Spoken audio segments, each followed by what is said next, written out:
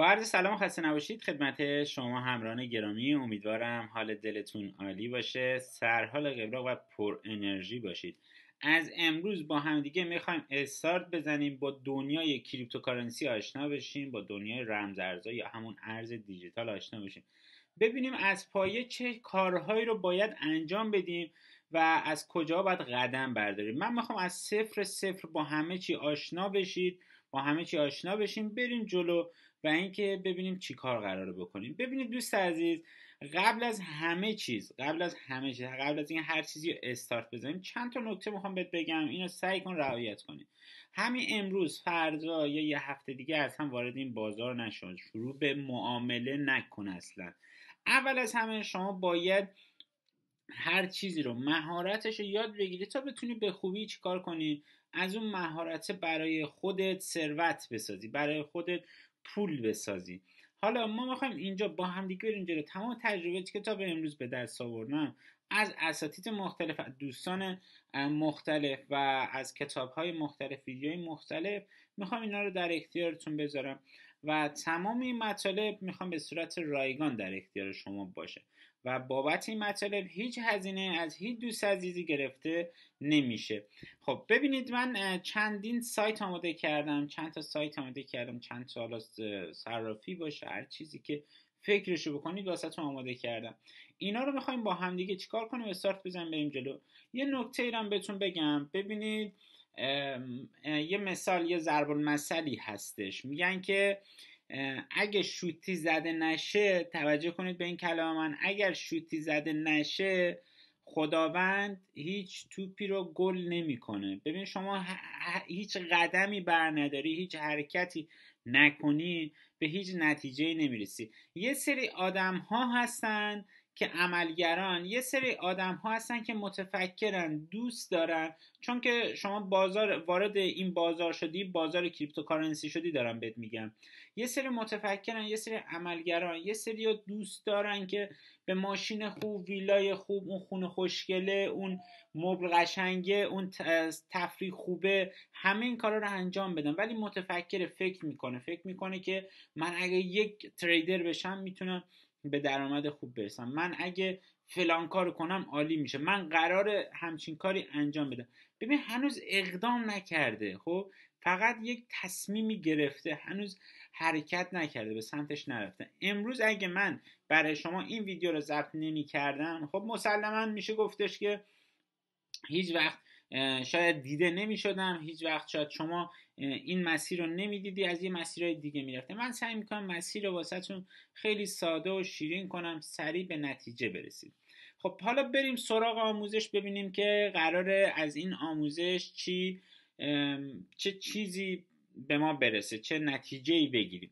خب اولین چیزی که برای شما آماده کردم وبسایت تریدینگ ویو هستش. ببینید از این قسمت نوشته، شما میتونید اینو بیاین چیکار کنید، سرچ کنید www.tradingview.com، اینو سرچ کنید توی گوگل یا فارسیش هم بنویسید، این وبسایت برای شما میاره.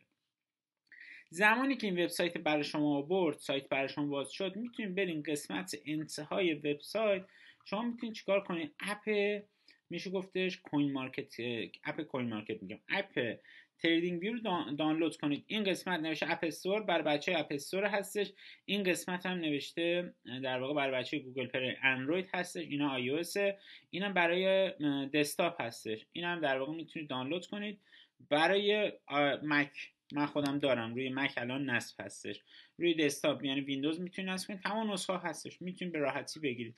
صفحاتشون هم هست ارتباطی، اینجا میتونید باشون ارتباط برقرار کنید که فعلا نیاز نداریم. چیزایی که نیاز هستش رو من بهتون میگم.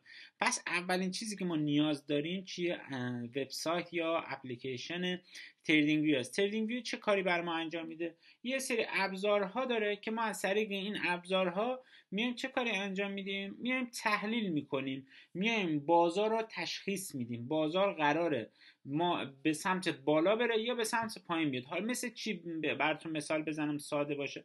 مثل دلار. ببینید دلار قیمتش میره 50,000 تومان، میاد 60,000 تومان، میره مثلا 30,000 تومان. ببین شما میتونید از این بالا پایین رفتن ها سود بگیرید، از این نوسانات. اصطلاحات مختلفی داره، من اصطلاحات چندین بار به کار میبرم، شما یاد میگیرید. از این نوسانات بیاد چیکار کنیم؟ بیاین سود بگیریم. ببین بازار خیلی ساده تر از این حرفه. من نمیخوام بپیچونم، گره بزنم، اذیتتون کنم، سخت باشه براتون، ولی یه سری نکات نیازه که من بهتون بگم. نکات خیلی ساده است، همین چیزی که بهتون نوسانات مثلا، یا بالا پایین رفتن ها، یا صعودی نزولی، اینا اصطلاحات فقط بهتون میگم. اصلا اونقدر پیچیده نیستش که یه سری از افراد من میبینم خیلی میپیچونن، گره میزنن. آموزش‌های زیادی دیدم که مثلا خیلی سختش کنن که ما آسونش کردیم. خب من میخوام خیلی ساده تر بهتون بگم، یعنی ساده بازار رو ببینید. زمانی که وارد این وبسایت شدین، قسمت بالا نوشته پروداکت نوشته، اینجا چارت داره.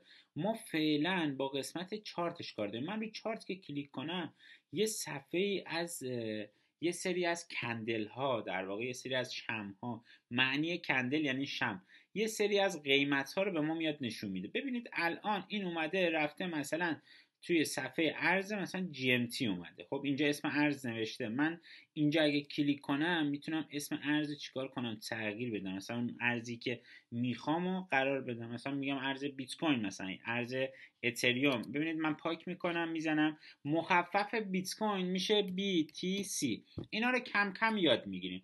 ببینید BTC به تنهایی هم هستش. بیت کوین، ببینید اینجا نوشته بیت کوین مثلا فیوچرز نوشته. خب شما میتونید چیکار کنید؟ بیت کوین با USD بهش میگن. خب میتونید مثلا با USDC بگیرین، USD بگیرین، مثلا USDT بگیرین. اینا مخفف‌های مختلف. با دلار میتونیم بخریم، با مثلا تتر میتونیم بخریم، که ما با تتر کار میکنیم. تتر میشه چی؟ USDT میشه. خب میزنیم BTC USDT. خالیش اگه بزنیم، ببینید ما خودمون بایننس انتخاب میکنیم. یعنی چی خالیشو بزنید؟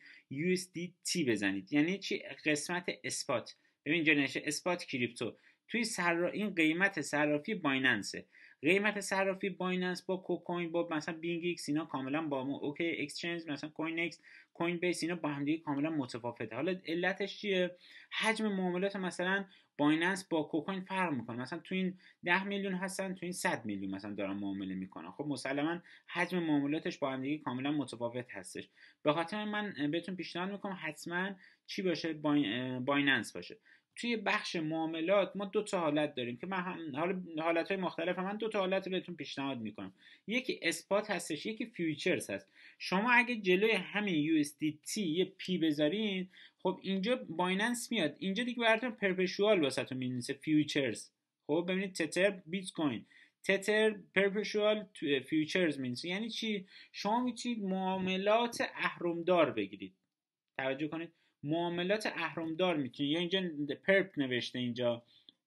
من اگه روش کلیک کنم، توجه کنید کاملا، من یک کلیک راست میکنم رو ریست چارت بزنم، همه چی ریست میشه. ببینید کلیک راست ریست چارت بزنم، من الان میام اینجا، ببینید به هم ریخت، الان همه چیز قاطی شده.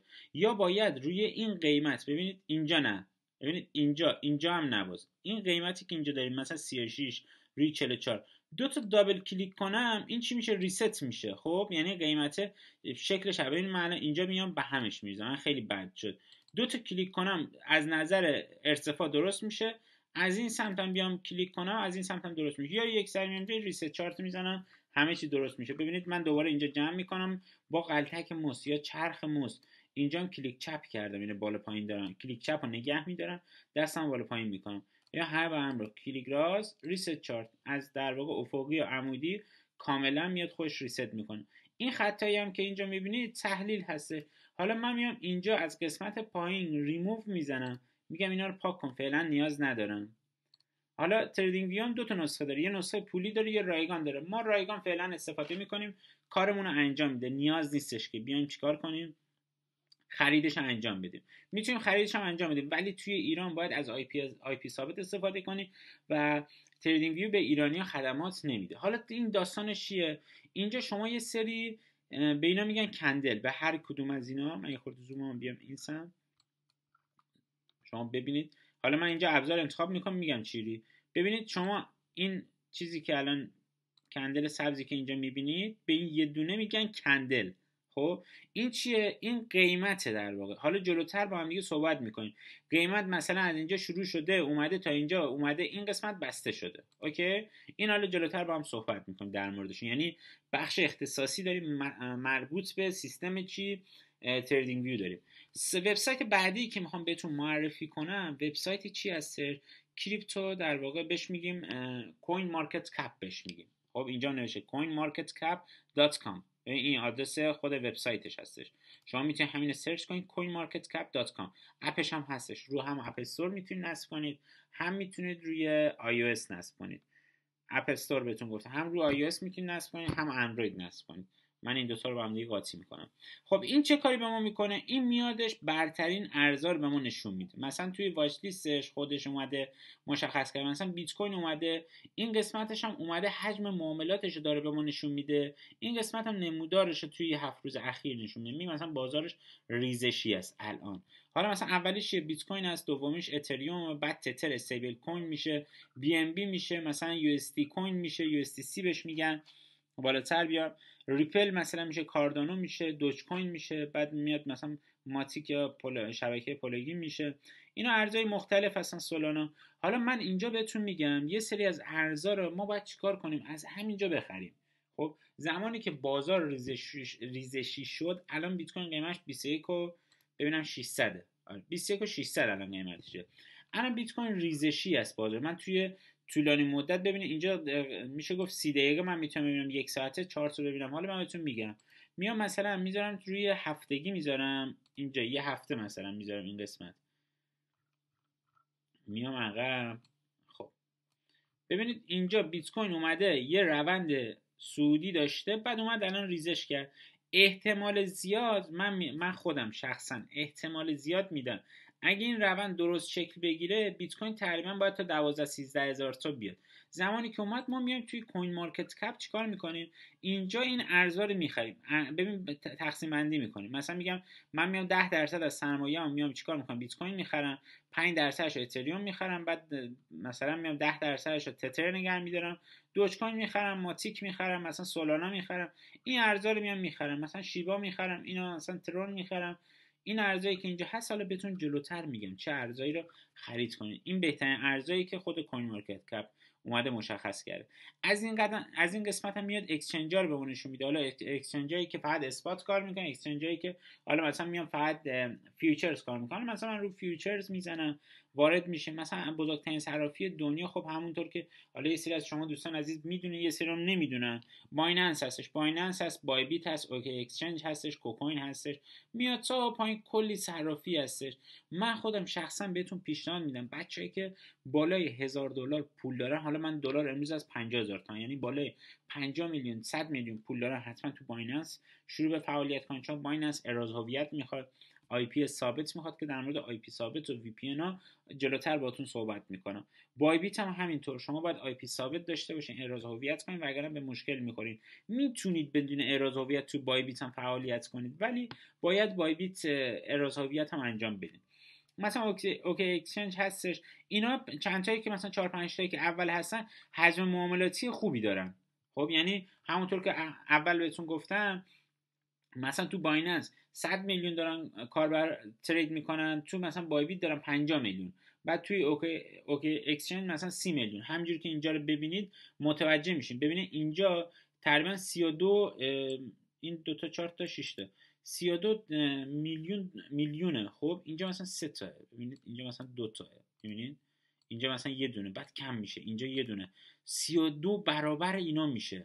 یعنی شما فکر کنید تو اینا 1000 نفر مثال، تو اینجا مثلا 32,000 نفره. کلی اختلاف هست. مثلا بای بیت دومیه ولی توش چقدر؟ 3000 3 میلیونه. من پایین تر بیام میام دیگه خیلی کمتر میشه، حجم معاملاتی پایین میشه. مثلا این خوبه ولی خب حجم معاملاتیش بسیار پایین هستش.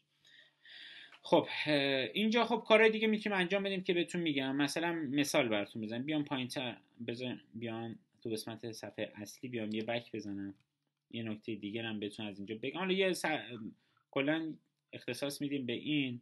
میام قسمت بالا مثلا ترون رو میزنم، روی ترون کلیک میکنم، میام چیکار میکنم؟ از قسمت پایینتر این میاد به من نشون میده. من میتونم باش کار کنم، ببینم که مثلا ترون تو چه صرافیایی هستش، اینو مشخص کنم، مارکتشو بزنم. ببین اینجا بیام به من میگه ترون تو این صرافی مثلا لیست شده، قیمتاش توی فلان فلان فلان هستش، به من میگه. من پایینتر بیام میتونم اینجا ببینم. ببین میگه تو این صرافی‌ها هستش، صرافی‌ها قیمتاش مثلا اینجا هست 65، اینجا هست 65، همه مثلا اینجا هست 66، میبینید قیمت یک کوچولو با هم دیگه اینجا مثلا 67 هستش، قیمت یه خورده با هم دیگه متفاوت هستش این قیمت هایی که میبینید. حالا این چه به درد ما میخوره؟ من میرم قسمت پایینتر، البته تو صفحه اصلیش باید برم بالا. خب الان بهتون نشون میدم. اینجا ما میتونیم کانترکت ارزا رو بگیریم. کانترکت حالا بهتون میگین الان چیه؟ کانترکت هم واسهتون صحبت میکنم، میگم که کانترکت چه کمکی به ما میکنه. آدرس در واقع میشه گفتش این ارز هستش که ما میتونیم از طریق اون آدرس بیایم چیکار کنیم، بیایم مثال توی کیف پولامون اینو اد کنیم، اگه نباشه توجه کنیم اینا رو اد کنیم و از اونجا بیایم مثلا اون ارز رو خریداری کنیم. حالا اون ارز میتونه مثلا از توی پنکیک سواب باشه یا میشه گفتش صرافی دیگه باشه.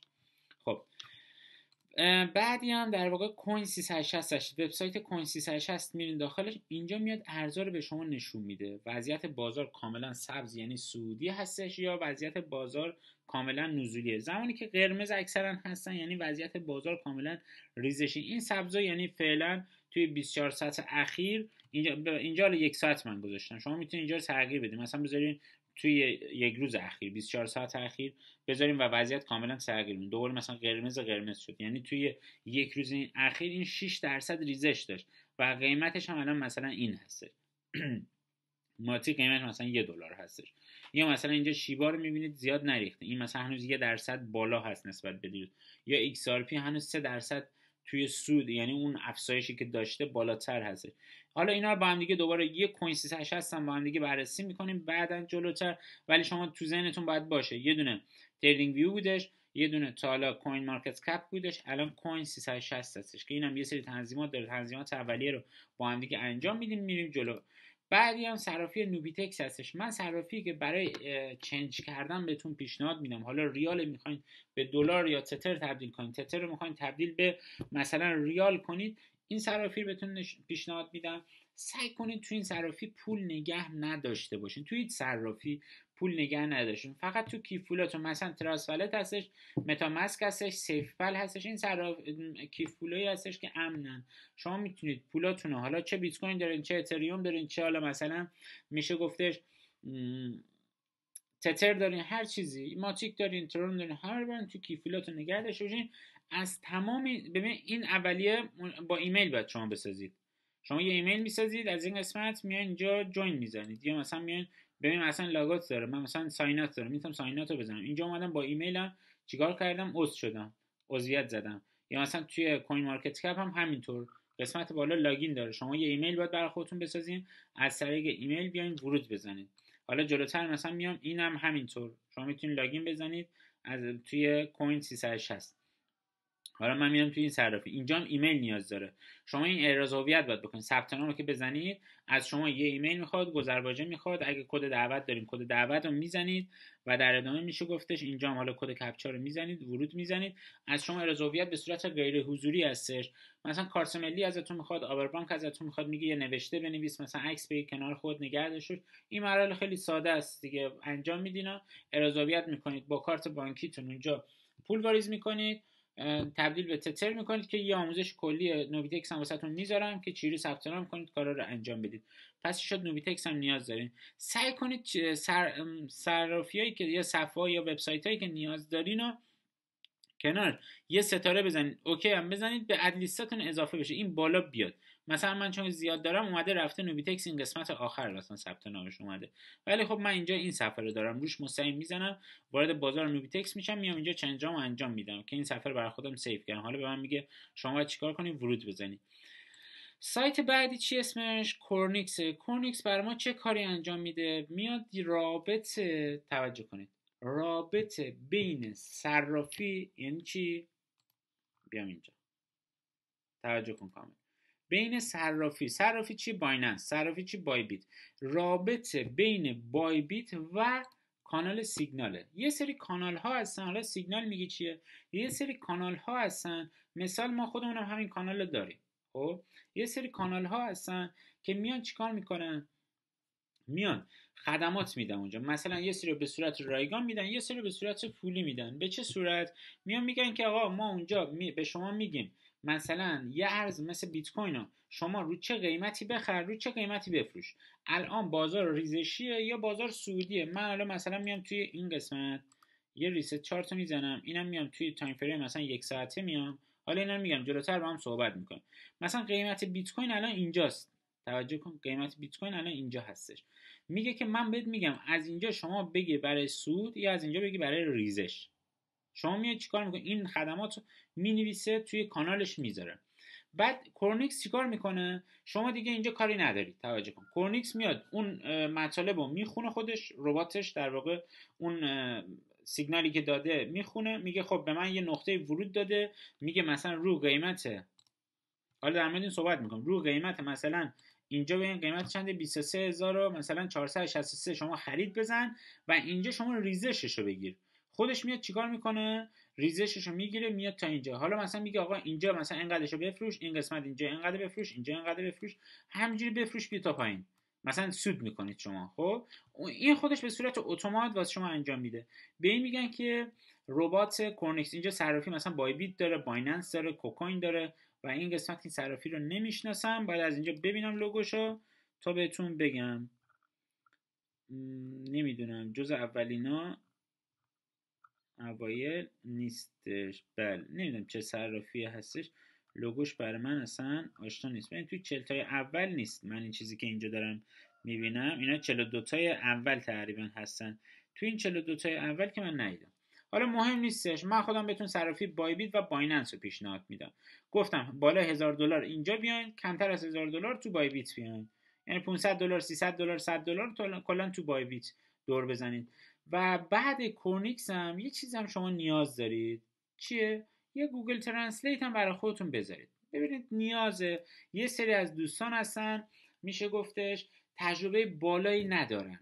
خب توی بحث زبان باشه، کریپتوکارنسی باشه، تو بحث حالا هر چیزی میان چیکار میکنید؟ مثلا من میام توی این وبسایت، این قسمت نوشته تاپ کریپتوکارنسی دایرکشن اکسچنج نوشته، کپی رو میزنم میام توی مثلا ترجمه بر من مینویسه، میگه مثلا یه صرافی هستش که مثلا اسمش کریپتوکارنسی، شما میتونید موبایلات ارز دیجیتال، کریپتوکارنسی میشه ارزهای دیجیتال، برتری مورد تاپ نوشته، تاپ کریپتوکارنسی دایرکشن. حالا این مشتقه رو که نوشت همین منظورش دایرکشن که میشه همون فیوچرز، میشه فیوچرز خودشون. اکسچنج هم که مبادلات، حالا نوشت صرافی هم میشه اکسچنج. من اینجا اگه پاک کنم احتمالاً باید اسمش رو درست کنم. بازم نوشت مهم نیست، شما متوجه میشه اکسچنج میشه همون صرافی، تبادل حالا اینجا نوشتش برای ما.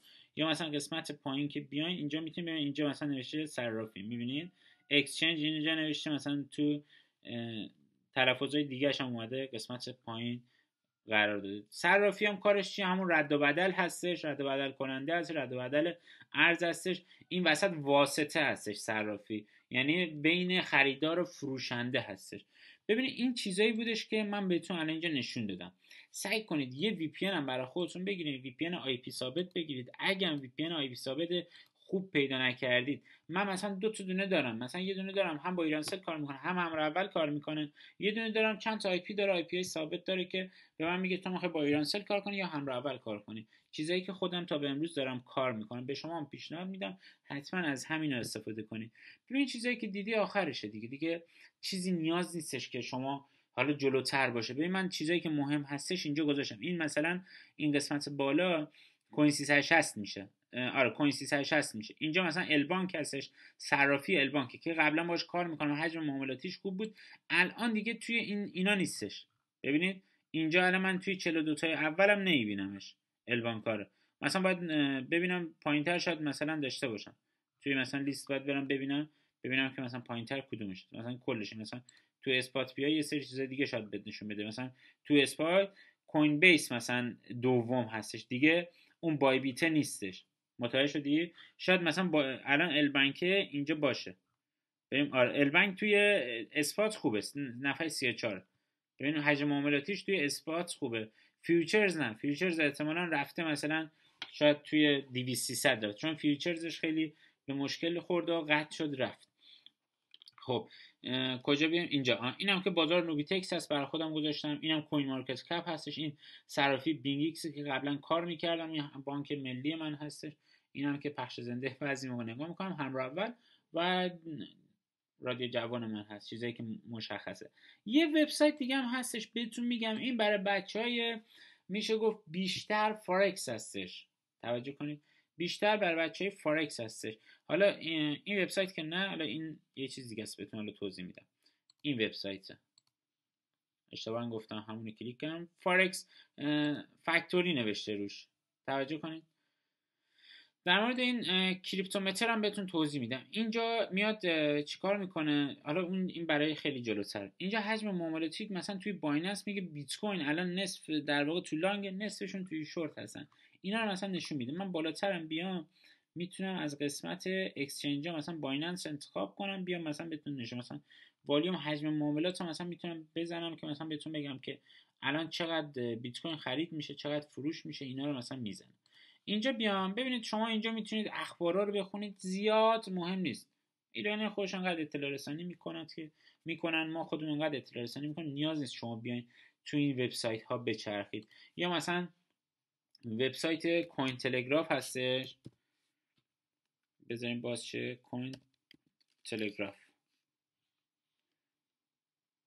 اینجا هست، کوین تلگراف هستش. اینو مثلا خبرهای فارکس و ارز دیجیتال به شما میگن که شما میتونید اینجا بیان بخونید. من در مورد اینا یه ویدیو هم میگیرم بهتون میگم، توجه کنید، یه ویدیو هم براتون میگیرم بهتون میگم، داستاناشونو توضیح میدم، سرفصلاشونو میریم میبینیم، صفحه‌هاشونو میریم میبینیم، با هم دیگه کار میکنیم. حالا فارکس فکتوری اگه باز بشه من بهتون میگم احتمال زیاد میدم که فیلتر باشه. حالا من یه وی پی ان هم روشن میکنم، اینجا یه بک میزنم، اینا همه آی پی ثابتن، من دارم از آی پی ثابت استفاده میکنم. خب میرم توی همین صفحه یه بار دیگه اینو ریست میکنم. آره احتمال زیاد این فیلتر، یعنی با وی پی ان باید مشکلش حل بشه، احتمالاً باز بشه. آره باز شد. اینجا میاد چیکار میکنه، خبرها رو به شما میگه. اینایی که زرد هستن مهم نیست، اینایی که نارنجی هستن یه خورده اهمیت دارن، اگه قرمز باشه اهمیتش میره بالاتر. میگه مثلا ساعت 7 خب یه خبر بسیار مهم داریم، اینجا قرمز دیگه میشه. میگه خبر مثلا در مورد چی، اونجا دیگه من حالا بهتون میگم دیگه اصلا نیاز نیستش که شما چیکار کنید، معاملات انجام بدید. اینو توجه کنید، اینجا دیگه نیاز نیستش که معاملات انجام بدید، هیچ کاری کنید. یعنی میشینیم کنار فقط بازار رو نگاه میکنیم، یا مثلا بازار کاملا مشخص هستش اومده مثلا تو پول بک، یا مثلا خیلی چیزای دیگه الان اصطلاحات الان به کار نمیبرم، جلوتر کاملا متوجه میشین.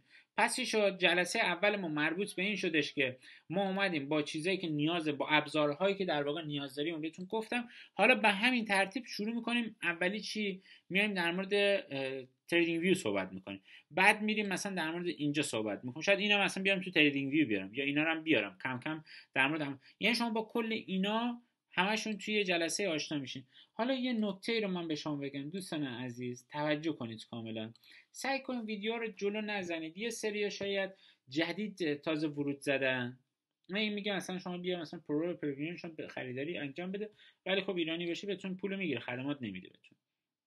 خب بیام اینجا این موضوع بذارم این قسمت، یه سری صحبت با هم انجام بدیم. ببینید شما مثلا میان چیکار میکنید، بذارین تو ذهنم، اومدش. شما وارد این بازار شدین، خب میگه خب من تا اینجا متوجه شدم، من ریزششو بگیرم یا سودشو بگیرم. میام چیکار میکنم، میام ورود میزنم، الان یه ارز خریداری میکنم طبق این چیزی که تا حالا متوجه شدم، بعد میای سود میکنید یه ضرر میکنید. توجه کن برام، کاملا توجه کن. من میام عقب. شما اومدید اینجا چیکار کردی، اینجا یه خرید انجام دادی، بازار رفت بالای، سود خوب گرفتی. این تقریبا یه سود بسیار خوبی. مثلا شما از اینجا تا اینجا بگیری تقریبا 11%، حدود 200% سود میکنی. یعنی مثلا $100 اگه داشتی، $100 مثلا میشد $300. مثال من میگم، همه رو میذاشتی مارجینت میذاشتی، سود خوب میگرفتی. دوباره مثلا اومدی اینجا رسید، اینجا گفتی اوه ریخت الان سود میگیرم. توجه کن، اینجا ریخت، اومدی گفتی اومد تا اینجا سود میگیرم، اینجا ریخت گفتی سود میگیرم، میاد اینجا میزنه کل پولتو میبره. توجه کن حرف من میاد تو میگه خب صبر میکنم برمیگرده دیگه، میبینی نه بر نمیگرده، میریزه اینقدر میریزه شاید کلا پولتو ببره. سعی کنید که فعلا تا زمانی که بازار رو متوجه نشدید اصلا ورود نزنید. حالا من بهتون میگم بازار چند تا، ببینید بهتون میگم بازار چند تا شکل داره، چند تا مدل داره. ببینید الان مثلا یه مدلش اینه که یهو رفت بالا، اومد مثلا داره بازی میکنه بهش میان رنج، بعد اومده مثلا اینجا، یا مثلا اومده رفته مثلا توی کانالی اینا رو مثلا شما الان متوجه نمیشید. یه سری دوستان شاید الان متوجه شن از طریق این دیدی که نسبت به این چارت دارن. متوجه چی میگم؟ دیدی که دارن متوجه میشن. و اینکه الان فعلا صبر کنید. فعلا صبر کنید. نیاز نیست الان اون شوته رو بزنید بگی من شوتو بزنم که چیشه این تو گل چه. امکان داره این شوت شما اشتباه بزنید دروازه‌بان بگیره، بخوره به تیرکه، بخوره بره اون سمت بره اصلا گل نشه، که اصلا یا مثلا یه چیزی بشه، یه اتفاقاتی بیفته. شما باید اول تمرین خواهش میکنم 10 روز 20 روز اصلا ترید نکنید. اگه هم 1 سال تو این بازاری، اگه 6 ماه تو این بازاری، اگه 2 سال تو این بازار هستی، برآیندت مثبت نبوده و ضرر زیاد داشتی، سعی کن الان استاپ بزنی، اصلا ترید نکنی. بگی من 2 هفته 3 هفتم ترید نکنم، هیچ ضرری نمیکنم. ببینید یه مثالی هست، میگن که شما اگه توجه کن، شما اگه در مغازت رو ببندی، هیچ فروشی نداشته باشی، هیچ ضرری هم نمیکنی. ولی در مغازت رو باز کنی، فروش داشته باشی، فروشت منجر به ضرر بشه، یعنی چی؟ یعنی بفروشی نسیه بفروشی، یا بیان تو مغازه دزدی کنن. خب این ضرر میشه دیگه. پس شما وارد معامله نشو، صبر کن، بازار متوجه شو، بعد ورود بزن به معامله. امیدوارم که این ویدیو برای شما کاربردی و مفید واقع شده باشه. امیدوارم خیلی خیلی بتونید تو این بازار پول در بیارید، بتر کنید. اگه این ویدیو برات کاربردی بود حتما برای دوستات بفرست، برام کامنت بذار، نظری چیزی داشتی میتونی حالا توی یوتیوب پاپارات، حالا توی میشه گفتش اینستاگرام، تلگرام، هر چیزی که هست بازم ریاکشن تو بفرستی. اگه جایی هم سوال داری گیر کردی میتونی بپرسی، واسه ویدیو ضبط کنم در اختیارت بذارم. اگه دوستی چیزی هم مشکل داره میتونی ویدیو رو واسش بفرستی تا اینکه از پایه شروع کن بره به سمت بالا. فعلا موفق و پیروز باشید. بدرود.